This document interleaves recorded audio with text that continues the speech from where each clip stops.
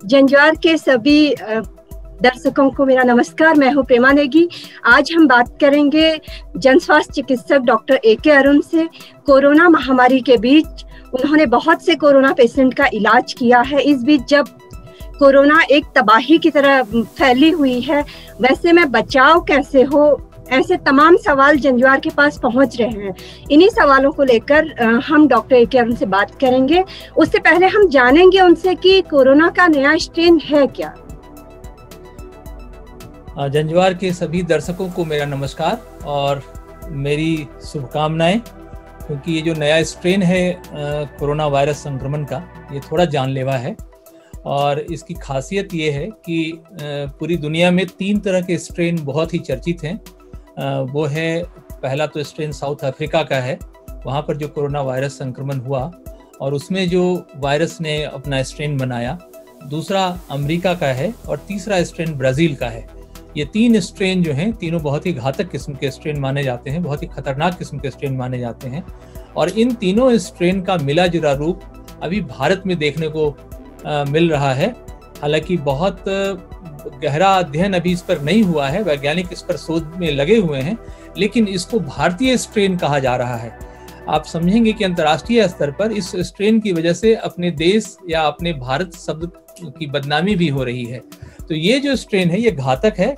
घातक इसलिए है कि ये स्ट्रेन हमारे शरीर की जो प्रतिरक्षा प्रणाली है, जो हमारा इम्यून सिस्टम है, उसको चकमा देने में कामयाब हो गया है। अब तक ये माना जाता था कि जितने भी जो खतरनाक किस्म के वायरस होते हैं, ये वायरस बेशक मारक होते हैं, घातक होते हैं, बहुत संक्रामक होते हैं, लेकिन हमारा इम्यून सिस्टम जल्दी में या देर से ही सही उसको कब्जे में ले लेता है, उस पर कब्जा कर लेता है, उसको नियंत्रण में ले लेता है। तो वो नियंत्रण इस नए स्ट्रेन पर नहीं हो पा रहा है, इसलिए ये नया स्ट्रेन बहुत खतरनाक है, पहली बात। और दूसरी महत्वपूर्ण और अंतिम बात कि इस स्ट्रेन से बचना नागरिकों के लिए बहुत जरूरी है। अगर हम इस स्ट्रेन से नहीं बचेंगे तो दिक्कत क्या होगी कि शुरू में बहुत हल्के जुकाम खांसी के लक्षण मिलेंगे, हल्के बुखार के लक्षण मिलेंगे, और बाद में चल के यह जुकाम खांसी जो है फेफड़े के को क्षतिग्रस्त करके एक अस्थायी नहीं बल्कि अस्थायी रूप से लाइलाज बीमारी में कन्वर्ट हो जाता है, और 1 हफ्ते से लेकर 2 हफ्ते में मरीज की जान भी चली जाती है। और इन दिनों जो ज्यादा मौत की खबरें आ रही हैं वो इसी स्ट्रेन की वजह से आ रही हैं, और इसलिए आ रही हैं कि लोगों के फेफड़े क्षतिग्रस्त हो रहे हैं। जी, आपने कहा कि 3 देशों में 3 अलग अलग तरह के स्ट्रेन आए हैं और इनका मिला जुला, मतलब तीनों का मिक्सचर जो है वो हमारे देश में है, जिसे भारत का स्ट्रेन कहा जा रहा है। और ये शायद उन 3 देशों से भी ज्यादा जानलेवा है, जो एक लाइलाज बीमारी के रूप में कन्वर्ट हो रहा है। ऐसे में जी मैंने ये कहा कि ये तीनों स्ट्रेन का मिला जुला जो वर्जन है उसको हम इंडियन वेरिएंट कह रहे हैं, उसको भारतीय वेरिएंट कहा जा रहा है। उसमें ये तीनों स्ट्रेन की खासियत है, इसलिए ये घातक है। जी, जैसे मतलब इस बीच पूरे देश भर में, जैसे गुजरात में देखे, दिल्ली में देखे, यूपी में देखे, या फिर यूपी के लखनऊ में भयावहता बढ़ी है। इलाज तो छोड़िए, शमशान घाटों तक मतलब जो लाश है उनका अंतिम संस्कार के लिए तक लाइनें लगी हुई हैं। ऐसे में मतलब जो सबसे बड़ी समस्या मतलब डॉक्टरों के सामने पेश आ रही है, मरीजों को इलाज नहीं मिल पा रहे हैं, हॉस्पिटल नहीं मिल पा रहे हैं, और ज्यादातर केसेस में ऑक्सीजन ना मिलना मौत की एक बड़ी वजह है। जंजवार के पास बहुत सारे दर्शकों के सवाल आए हैं कि मतलब घर में ऑक्सीमीटर नहीं है तो ऑक्सीजन की कमी का अनुमान हमें कैसे होगा, और भी तरह तरह के सवाल आ रहे हैं। जी, ऑक्सीमीटर बहुत ही सस्ता सा एक इक्विपमेंट है, जिसको कि हम फिंगर क्लिप के रूप में भी देखते हैं। ये बिल्कुल जैसे कपड़े सुखाने वाले क्लिप होते हैं ना, जब हम कपड़े सुखाते हैं और तार पर वो क्लिप से कपड़े को लॉक कर देते हैं, उसी तरह का एक मशीन होता है जो 1000 रुपए से भी कम कीमत में उपलब्ध है। कई राज्य सरकारों ने अपने नागरिकों को मुफ्त में ये ऑक्सीमीटर उपलब्ध कराया है। जैसे हमारे दिल्ली की सरकार ने सभी कोविड मरीजों को उनके घर पर ऑक्सीमीटर भेजने का एक अभियान चलाया हुआ है। संभवतः बाकी के राज्यों में भी इस तरह की चीजें हो रही होंगी, और नहीं हो रही हैं तो समुदाय के स्तर पर समूह में लोग 1-2 ऑक्सीमीटर खरीद सकते हैं। जैसे गांव में अगर 2-3 ऑक्सीमीटर खरीद लिया जाए तो बीमारों के बॉडी में ऑक्सीजन की एक मात्रा का अंदाजा हम लगा सकते हैं। और ये एक सामान्य सा टेस्ट है, इसमें बहुत वक्त नहीं लगता है, कुछ सेकेंड में हम फिंगर में वो क्लिप लगाकर अपने शरीर में ऑक्सीजन की मात्रा का अंदाजा लगा लेते हैं। ऑक्सीजन का हमारे शरीर के सर्वाइवल के लिए बहुत महत्व है, इसको बताने की जरूरत नहीं है। लेकिन जब विशेष रूप से हमारे खून में और हमारे शरीर के टिश्यूज में ऑक्सीजन की मात्रा घटने लगती है तो हमारे ऑर्गन जो हैं वो सॉलिडिफाई होने लगते हैं, वो कड़े होने लगते हैं, उनके लोच खत्म होने लगते हैं और उसकी वजह से जीवन का संकट खड़ा हो जाता है। और यही संकट खास करके कोरोना के इस काल में लोगों को झेलना पड़ रहा है। और आपको पता है कि हमारा जो फेफड़ा है वो एक स्पॉन्जी स्क्वीज करने वाला अंग है, जिसमें कि फैलाव होता है और सिकुड़न होती है, और इस फैलाव की वजह से उसके एल्वियोलीज में हवा भर जाती है और जब सिकुड़न होती है तो वो हवा फिर टिश्यूज में चली जाती है, कैपिलरीज के माध्यम से ब्लड में चली जाती है। ये प्रक्रिया कोविड के मरीजों में, कोरोना के मरीजों में बहुत कम होने लगती है, जिसको कि हम कहते हैं कि शरीर में ऑक्सीजन का पहुंचना बहुत कम हो रहा है, जिसकी वजह से मरीज के जीवन को खतरा होता है और ज्यादातर लोगों की जान जा रही है। जी। यानी कि शरीर में ऑक्सीजन नापने का एकमात्र तरीका ऑक्सीमीटर है, और कुछ सिम्टम होते होंगे कि जिससे हम जान सकें ऑक्सीजन कैसे कम हो रही है, शरीर में घट रही है ऑक्सीजन।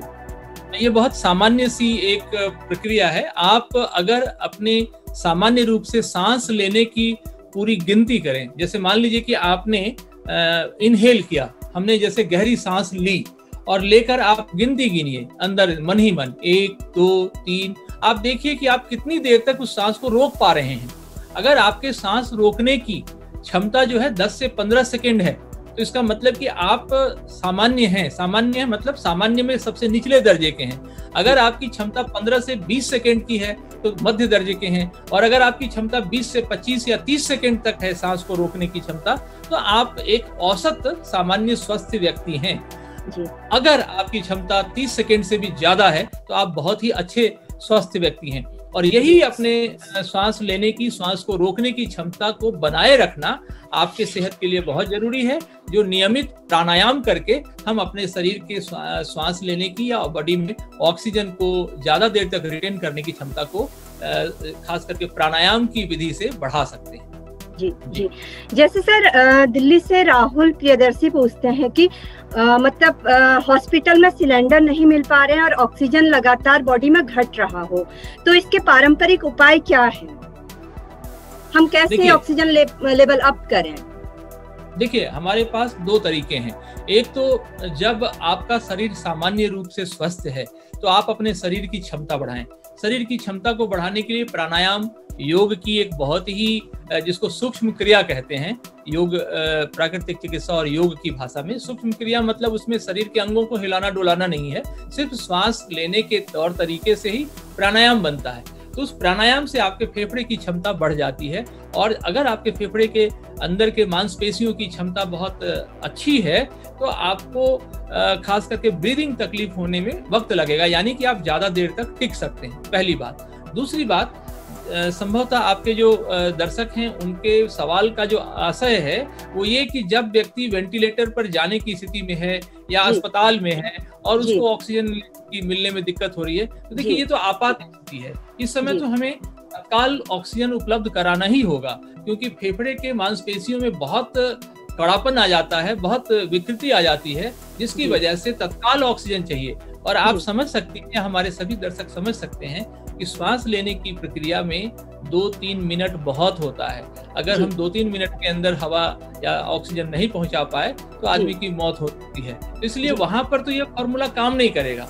लेकिन मैं इतना जरूर कहूंगा जंजवार के दर्शकों को कि वो अगर नियमित स्वस्थ अवस्था में प्राणायाम का अभ्यास करते हैं, अच्छा खाना खाते हैं, फल सब्जियों का सेवन करते हैं, तली हुई चीजों से दूर रहते हैं, खटाई से दूर रहते हैं, तो उनके फेफड़े में फेफड़े में ऑक्सीजन को रखने की क्षमता बढ़ जाती है और उनके आपात स्थिति में उनके बिगड़ने की, उनके स्वास्थ्य के गिरने की संभावना कम होती है। जी जी।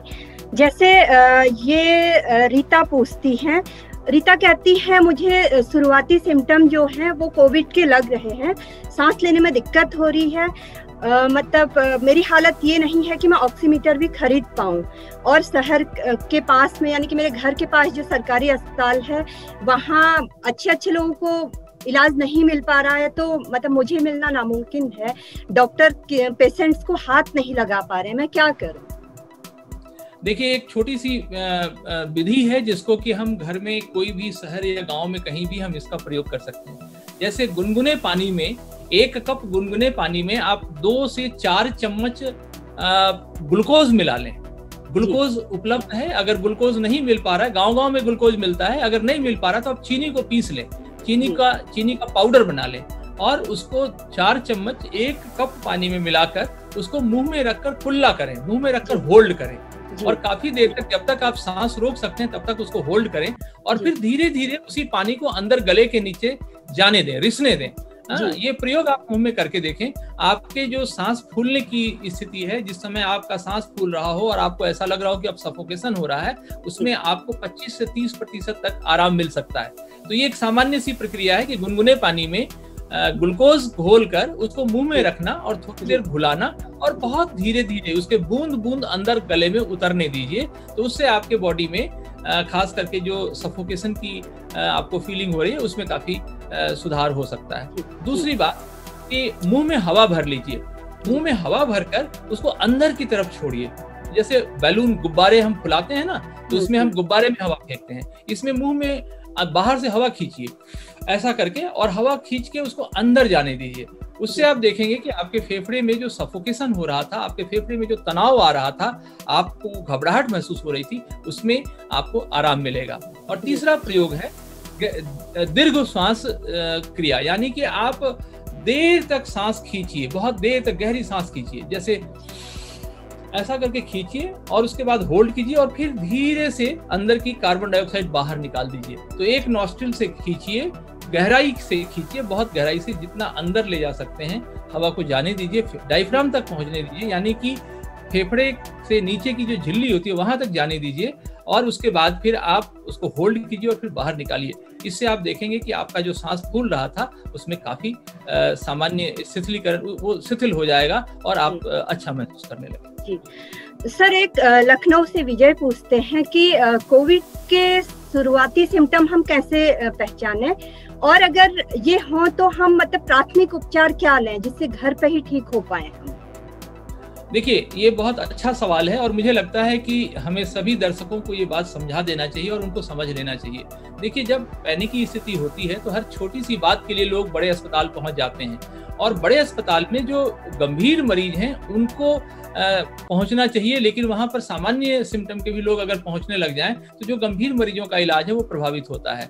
इसलिए कोविड के ऐसे लोग जिनको लगता है कि उनके शरीर में बुखार है, बुखार के साथ साथ बदन दर्द है, सर में दर्द है या गले में दर्द है, हल्की खांसी हो रही है या मुंह का स्वाद चला गया है या नाक में गंध, सूंघने की शक्ति कम हो गई है, तो इससे अंदाजा लगाना चाहिए कि इसमें कोई ना कोई वायरल संक्रमण है। और अगर उसकी जांच हो जाए, 2 तरह की जांच हो रही है, एक तो रैपिड एंटीजन टेस्ट हो रहा है, दूसरा RT-PCR टेस्ट हो रहा है। उस दोनों टेस्ट से रैपिड एंटीजन तो बहुत तत्काल रिजल्ट देता है, यानी कि उसका टेस्ट हुआ और रिजल्ट आ गया। RT-PCR में कम से कम 2.5 से 3 घंटे लगते हैं और अगर बहुत ज्यादा रस है, भीड़ है तो 1-2 दिन भी लग सकते हैं। तो इन दोनों टेस्ट से कोरोना के संक्रमण का अंदाजा लग जाता है। लेकिन जैसे ही बुखार के साथ बदन दर्द और सांस लेने में दिक्कत हो तो समझ लीजिए कि ये कोरोना जैसे लक्षण हो सकते हैं। वैसे में मरीज को सबसे पहले तुरंत आइसोलेट हो जाना चाहिए और उसके बाद जांच का इंतजार करना चाहिए। अगर जांच हो जाए तो उनकी मर्जी।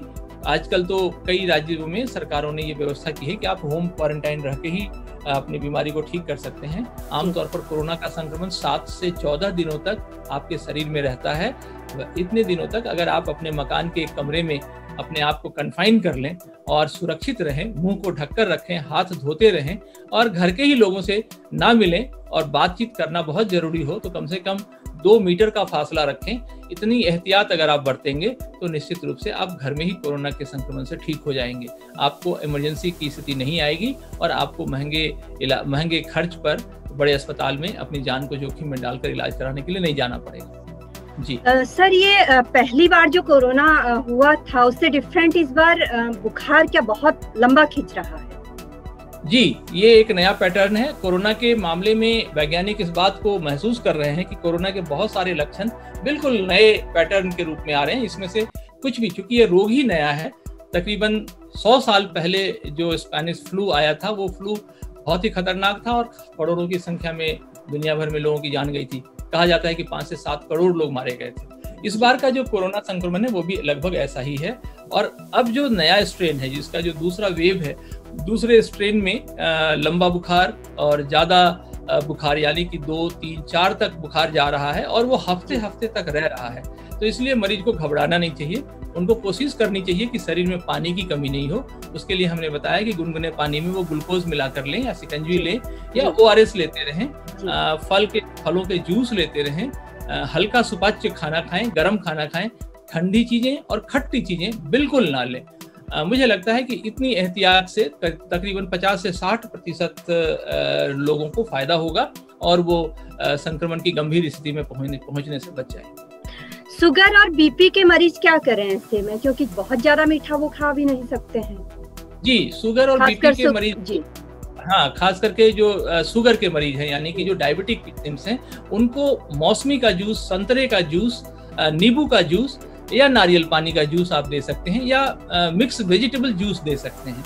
आप उनको मीठे फल, शिकंजी मत दीजिए, लेकिन आप दूसरे जो विकल्प हैं खास करके लिक्विड के, वो आप दीजिए। उससे उनके शरीर में पानी की कमी नहीं होगी और शरीर को ऑक्सीजन। मैं अपने दर्शकों को ये बताना चाहूंगा कि आमतौर पर हमारे शरीर का कंपोजिशन क्या है। हमारे शरीर में 60 से 70% पानी ही है और ये जो पानी है वो कैसे बना है? हाइड्रोजन और ऑक्सीजन से बना है। तो अगर आप अपने शरीर में, मान लीजिए कि आपको ऑक्सीजन सिलेंडर नहीं मिल रहा है या ऑक्सीजन का इंतजाम नहीं कर पा रहे हैं, अगर आप अपने शरीर में पानी भर दें तो कम से कम 60 से 70% तो आपके बॉडी में ऑक्सीजन और हाइड्रोजन पहुंचा रहेगा और शरीर को जो आपात स्थिति में ऑक्सीजन की जरूरत पड़ती है वो उसी पानी से पूरा कर लेगा। तो ये एक सामान्य सी बात है जो हमारे दर्शकों को समझने की जरूरत है। आजकल शहरों में लोगों का वाटर इनटेक बहुत कम हो गया है। लोग 1 लीटर भी पानी नहीं पी पाते 24 घंटे में। तो आप समझें कि उनके शरीर में जो ड्राइनेस रहता है उसकी वजह से इस तरह की दिक्कतें तो आनी ही आनी है। जी, कोविड पेशेंट को कितना पानी पीना चाहिए? एक क्वांटिटी कितनी रहनी चाहिए? कोविड पेशेंट को 3 से 4 लीटर पानी पीना चाहिए। अगर वो पी पाता है तो आप यकीन माने कि उसको इमरजेंसी में जाने से वो बच सकता है। 3 से 4 लीटर जी, कम से कम 24 घंटे। मैं आपको एक छोटी सी जानकारी और देना चाहता हूँ जो बहुत ही महत्वपूर्ण है। हुआ ये है कि पिछले करीब 300 वर्षों में हमारे वातावरण में जो ग्लोबल वार्मिंग है उसका असर हुआ है, जिसकी वजह से कार्बन डाइऑक्साइड की मात्रा 25% बढ़ गई है, जिसको हम बोलते हैं ना carbon emission. It increases up to 25% in last 200 years. 200 वर्षों में 25% कार्बन डाइऑक्साइड की मात्रा बढ़ी है, लेकिन पिछले 30 वर्षों में ये मात्रा 50% बढ़ी है। तो आप देखिए कि पर्यावरण का हमने कितना नुकसान किया है। और मुझे लगता है कि कोरोना एक सबक है। पर्यावरण के साथ छेड़छाड़ के लिए भी कोरोना एक सबक है, एक सजा के रूप में है। प्रकृति ने इस वायरस के माध्यम से मनुष्यों को ये चेतावनी दी है कि अगर तुम अभी भी नहीं संभले तो कोरोना तो कुछ भी नहीं है, इससे भी ज्यादा घातक वायरस आपकी जान ले लेगा, आपको नष्ट कर देगा और आपके पास कोई चारा नहीं बचेगा। इसलिए मुझे लगता है पर्यावरण को बचाने की मुहिम भी इसी कोरोना काल में हमें शुरू कर देनी चाहिए। उसकी वजह से भी ऑक्सीजन का एक प्रचुर जो भंडार है वातावरण में वो कम से कम मेंटेन होगा और जो कार्बन डाइऑक्साइड की मात्रा अनावश्यक बढ़ गई है उसको भी हम कम कर पाएंगे। जी सर, कई दर्शकों का सवाल है कि कोविड के दौरान जो मुंह का स्वाद चला जाता है, नाक की गंध चली जाती है, तो उसे वापस लाने के लिए क्या करें? देखिए, आमतौर पर जितने भी वायरल डिजीजेज हैं उसमें शरीर में जो भी चेंजेज होते हैं वो उस वायरस का रिएक्शंस होता है, वो उस वायरस का एक तरह का लैंग्वेज है। वह वायरस, जैसे मलेरिया के रोगियों में आप देखेंगे कपकपी लगकर बुखार आना, तो ये उसका सिम्टम है, ये उसका लैंग्वेज है। अगर आपको कपकपी लग के बुखार आता है तो आपका डॉक्टर या आप सब जितने भी अनुभवी लोग हैं वो कहते हैं कि कपकपी लग रही है, तो हो सकता है मलेरिया हो। ऐसे ही टाइफाइड है, टाइफाइड के अपने लक्षण होते हैं। मुंह में जो जिह्वा है, जिह्वा पर एक उजली परत जम जाती है, क्योंकि टाइफाइड का बुखार आंतों का बुखार माना जाता है, तो उसके अपने लक्षण हैं। डेंगू में प्लेटलेट्स की मात्रा घटने लगती है, तो उसके अपने लक्षण हैं। तो ये हर बीमारी के अपने लैंग्वेज हैं, उस लैंग्वेज को समझने की जरूरत है। इसकी जरूरत चिकित्सकों को ज्यादा होती है, ताकि क्लिनिकल जांच के बिना भी डॉक्टर इस राय पर पहुंच सकें कि इस व्यक्ति को कोरोना है, या इस व्यक्ति को मलेरिया है, या इस व्यक्ति को डेंगू है, या कोई और बुखार है।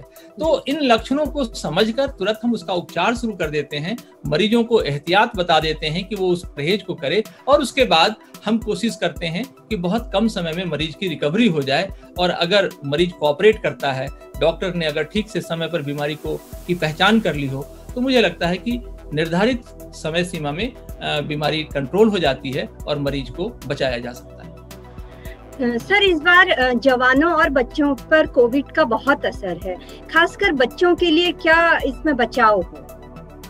देखिए, एक तो बच्चे बहुत शरारती होते हैं, उच्छृंखल होते हैं, उनके अंदर जो एक चंचलता है उसकी वजह से बच्चे कुछ भी छू लेते हैं, कुछ भी।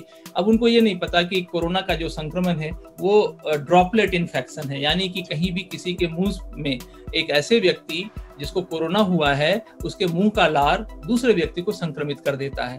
तो ऐसे व्यक्ति को, ऐसे बच्चों को हमें एजुकेट करना चाहिए कि आमतौर पर वो अपने मुंह, और चूंकि बच्चे मुंह को और आंख को, नाक को अपने हाथ से बहुत ज्यादा छूते हैं और फिर उसी से वो दूसरे का मुंह छू लेते हैं, तो वहां संक्रमण का खतरा ज्यादा होता है। दूसरा, हमारे कई बड़े बूढ़े लोगों में भी आदत है बच्चों को चूमने की। चूमना अच्छी बात है, लेकिन जब आप संक्रमित हों और आप बच्चे को चूमते हैं तो फिर वो संक्रमण आप उस बच्चे को दे रहे होते हैं। आप प्यार नहीं कर रहे होते हैं, आप उस बच्चे को बीमार बना रहे होते हैं। तो प्यार के इजहार का तरीका भी हमें बदलना होगा, क्योंकि ये संक्रमण को फैलाने के लिए जिम्मेवार हैं। तो इन सारी छोटी छोटी एहतियात से हम बच्चे को बचा सकते हैं।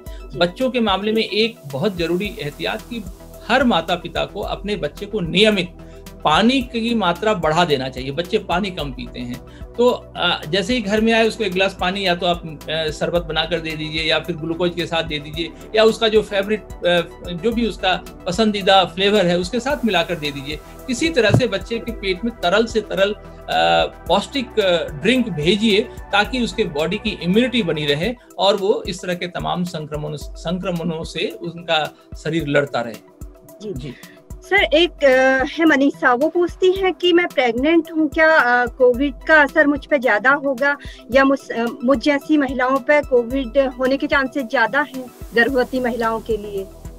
नहीं, देखिए, ऐसा कोई अभी तक अध्ययन सामने नहीं आया है कि गर्भवती महिलाओं पर कोविड का ज्यादा असर होता है। लेकिन जो सामान्य एहतियात है, डिस्टेंसिंग, फिजिकल डिस्टेंसिंग जिसको मैं कहता हूँ, मुंह को ढक के रखना, हाथ धोते रहना, ये वो अगर नियमित रूप से करती हैं तो मुझे लगता है कि सामान्य जो लोग हैं उनकी तरह ही उनमें भी कोरोना से बचने की पूरी गुंजाइश रहती है। बल्कि उस समय तो उनके शरीर में ज्यादा इम्यूनिटी होती है, क्योंकि एक माँ के पेट में जो पल रहा बच्चा है उसके लिए भी बॉडी इम्यूनिटी का इंतजाम कर लेता है। तो ऐसे में वो प्रिविलेज्ड भी हैं और एक डर के साये में भी हैं। तो इसीलिए ऐसे सेंसिटिव महिलाओं को बचा के रखना चाहिए संक्रमित लोगों से। ज़्यादा से ज़्यादा बाहर के लोगों को हिदायत देनी चाहिए कि आप अभी इनसे ना मिलें, और अगर मिलना भी हो तो बहुत दूरी से मिलें, एक फासले पे मिलें। तो मुझे लगता है कि गर्भवती, अभी तक जो ट्रेंड हमने देखा उसमें गर्भवती माताओं को कोई बहुत दिक्कत नहीं हुई है। और अगर कोई गर्भवती माता गर्भावस्था के दौरान कोरोना संक्रमण से जूझी भी हैं तो उनका बच्चा कोरोना से संक्रमित नहीं हुआ है, उनका बच्चा स्वस्थ हुआ है, तो इसलिए डरने की कोई जरूरत नहीं है। और अगर किसी भी तरह की कोई आपको दिक्कत लग रही है, कोई सिम्टोमेटिक तकलीफ हो रही है, तो आप अपने अच्छे जो आपके फैमिली फिजिशियन है आप उनसे मिलिए, वो उसका समाधान कर देंगे। बहुत बहुत शुक्रिया आपका। इस डरावने दौर में आपने बहुत सारी ऐसी जानकारियां दी हैं जो दर्शकों के लिए बहुत महत्वपूर्ण साबित होंगी। शुक्रिया आपका, बहुत बहुत धन्यवाद। आप सबका भी धन्यवाद।